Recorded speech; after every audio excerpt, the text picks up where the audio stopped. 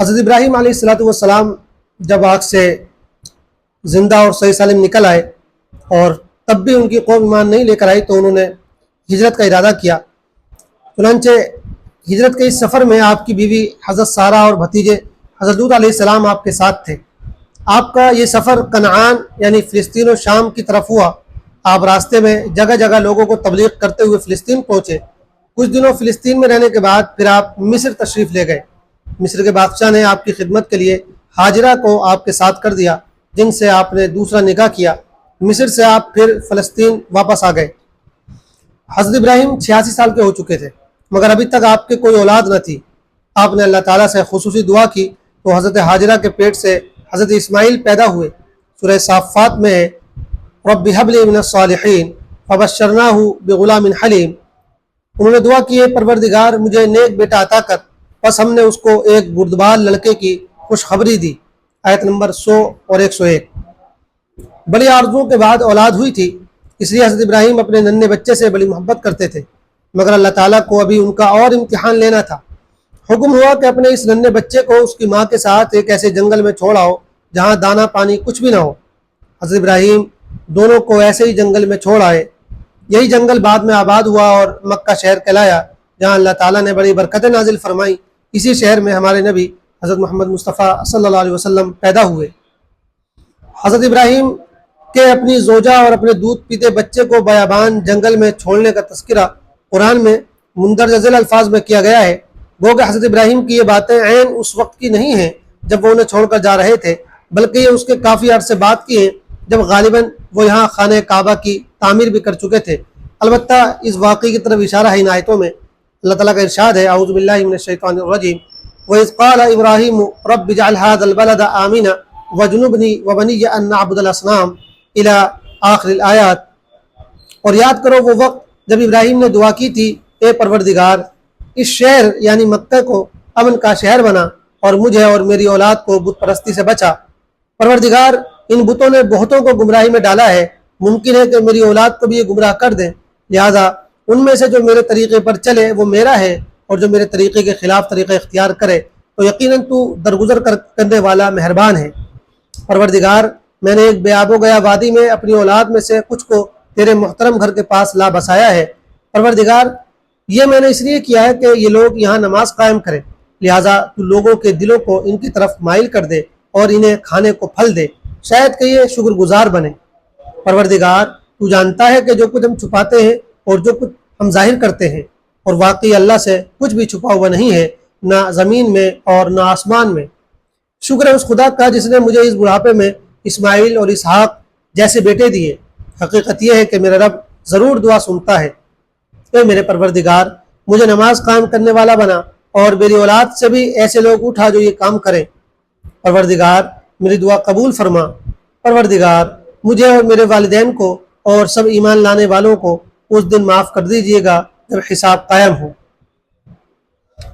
جب حضرت اسماعیل کچھ بڑے ہوئے تو اللہ تعالیٰ نے حضرت ابراہیم کا ایک اور سخت امتحان لیا۔ انہیں حکم دیا کہ اپنے بیٹے کو اللہ کے نام پر ذبح کریں۔ باپ اور بیٹے دونوں خدا کا حکم ماننے پر راضی ہو گئے، اور حضرت ابراہیم نے بیٹے کو لٹا کر اس کی گردن پر چھری پھیری، مگر اللہ کو یہ منظور نہ تھا۔ وہ تو بس امتحان لینا چاہ رہا تھا کہ ان کے دل میں خدا کی محبت زیادہ ہے یا اپنے بیٹے کی۔ حضرت ابراہیم جب اس امتحان میں کامیاب ہوئے تو اللہ تعالیٰ نے بیٹے کی جگہ مینڈھے کو ذبح کروایا۔ بقرعید کی قربانی اسی واقعے کی یادگار ہے۔ قرآن مجید کی سورہ صافات آیت نمبر 102 تا 111 میں اس واقعے کا تذکرہ اس طرح کیا گیا ہے فَلَمَّا بَلَغَ مَعَهُ السَّعْيَ قَالَ يَا بُنَيَّ إِنِّي أَرَىٰ فِي الْمَنَامِ أَنِّي أَذْبَحُكَ فَانظُرْ مَاذَا تَرَىٰ إِلَىٰ آخر الآیات۔ پھر وہ لڑکا جب اس کے ساتھ دوڑ دھوپ کی عمر کو پہنچ گیا تو ایک روز ابراہیم نے اس سے کہا بیٹا میں خواب میں دیکھتا ہوں کہ میں تجھے ذبح کر رہا ہوں، اب تو بتا تیرا کیا خیال ہے؟ اس نے کہا ابا جان جو کچھ آپ کو حکم دیا جا رہا ہے اسے کر ڈالیے، آپ انشاءاللہ مجھے صبر کرنے والوں میں سے پائیں گے۔ چنانچہ جب دونوں نے حکم الہی کے سامنے سر جھکا دیا اور باپ نے بیٹے کو پیشانی کے بل لٹا دیا تو ہم نے اس کو آواز دی ابراہیم یقیناً تم نے خواب کو سچ کر دکھایا، ہم نیکی کرنے والوں کو ایسے ہی بدلہ دیا کرتے ہیں۔ حقیقت میں یہ بڑا امتحان تھا اور ہم نے ایک بڑا ذبح کیا ہوا جانور فدیے میں دے کر اس بچے کو چھڑا لیا، اور ہم نے ان کا ذکر خیر بات کو آنے والوں میں باقی رکھا۔ سلام ہے ابراہیم پر، ہم نیکی کرنے والوں کو ایسی ہی جزا دیتے ہیں، بے شک وہ ہمارے مومن بندوں میں سے تھا۔ سورہ صافات آیت 102 تا 111۔ جب حضرت ابراہیم 99 سال کے ہوئے تو دوسری بیوی حضرت سارہ سے ایک بچہ پیدا ہوا جس کا نام اسحاق رکھا۔ اللہ تعالیٰ نے حضرت اسماعیل اور حضرت اسحاق دونوں کو نبی بنایا، علیہما وعلی نبینا الصلاۃ والسلام۔ حضرت ابراہیم کی زوجہ حضرت ہاجرہ اپنے بیٹے حضرت اسماعیل کے ساتھ اسی بیابان جنگل میں سکونت پذیر تھیں، اور حضرت ابراہیم فلسطین میں مقیم تھے، مگر وہ اپنے اہل و عیال کی خیر خیریت کے لیے یہاں آتے رہتے تھے۔ اسی دوران میں انہیں حکم ہوا کہ اللہ کی عبادت کے لیے ایک مرکز بنائیں اور کعبۃ اللہ کی تعمیر کریں۔ چنانچہ انہوں نے حضرت اسماعیل کے ساتھ مل کر کعبے کی تعمیر کی اور اسے توحید کا مرکز بنایا، اور تعمیر کرتے وقت اللہ تعالیٰ سے کئی دعائیں کی جو قبول ہوئیں۔ ان میں سے ایک دعا یہ بھی تھی کہ اسماعیل کی اولاد میں ایک عظیم نبی پیدا ہو۔ چنانچہ آپ کی دعا اس طرح پوری ہوئی کہ حضرت اسماعیل کی اولاد میں ہمارے نبی حضرت محمد صلی اللہ علیہ وسلم پیدا ہوئے۔ سورہ بقرہ میں ہے، اعوذ باللہ من الشیطان الرجیم، وعہدنا الی ابراہیم واسماعیل ان طہرا بیتی للطائفین والعاکفین والرکع السجود الی آخر الآیہ۔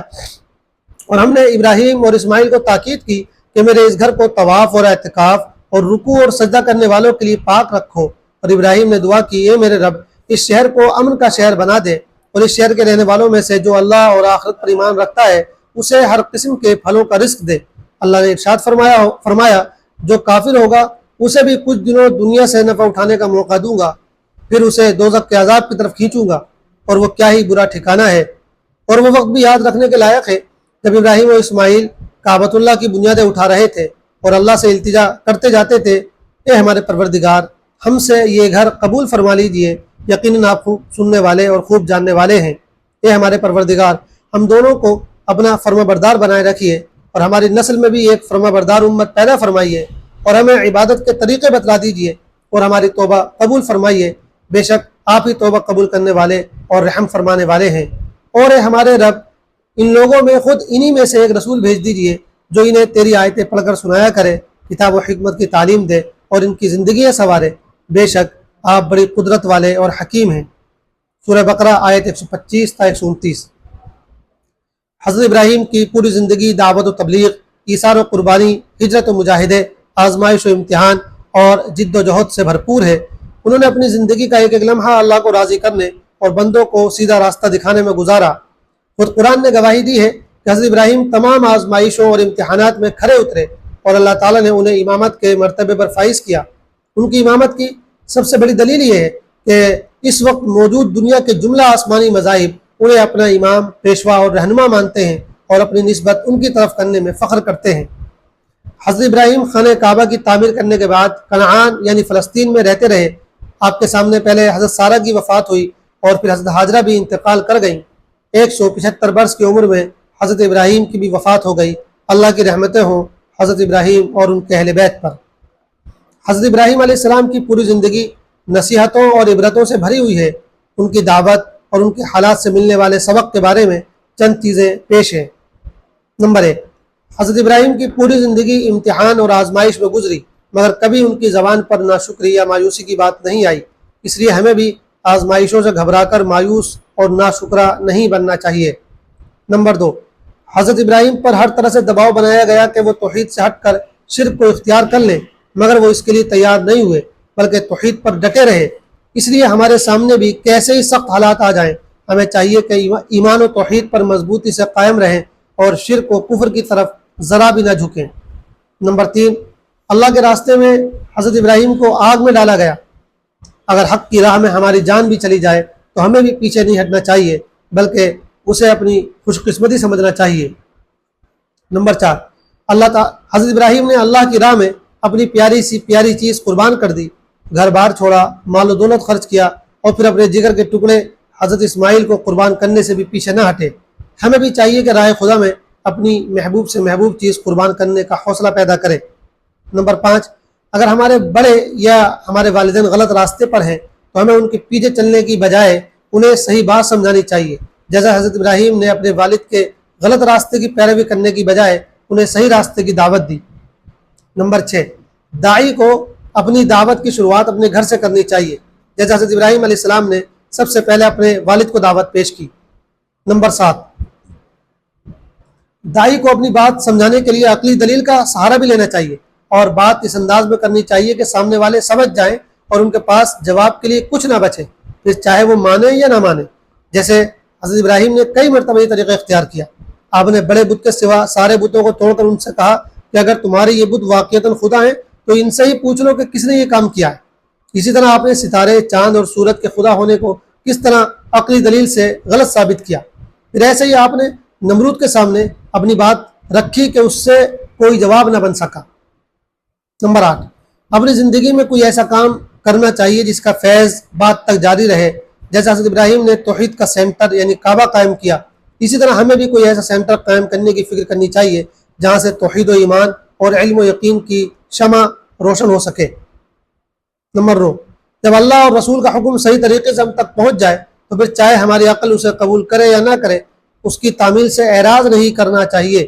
جیسے حضرت ابراہیم کو بیٹے کو ذبح کرنے کا حکم ملا تو بظاہر یہ حکم سمجھ میں آنے والا نہیں تھا، مگر انہوں نے ذرا بھی ہچکچائے بغیر فوراً اس کو پورا کرنے پر توجہ دی۔ نمبر 10، اپنی آنے والی نسلوں کے لیے خدا تعالیٰ سے ہدایت اور خیر کی دعا کرنی چاہیے۔ جیسے حضرت ابراہیم نے اپنی نسل میں ایک عظیم رسول کی دعا کی اور ان کی وہ دعا ہمارے نبی حضور پاک صلی اللہ علیہ وسلم کی شکل میں پوری ہوئی، ہمیں بھی دعا کرنی چاہیے کہ اللہ تعالیٰ ہماری اولاد میں کوئی داعی، محدث و مفسر، عالم اور قوم و ملت کا خادم پیدا فرمائے۔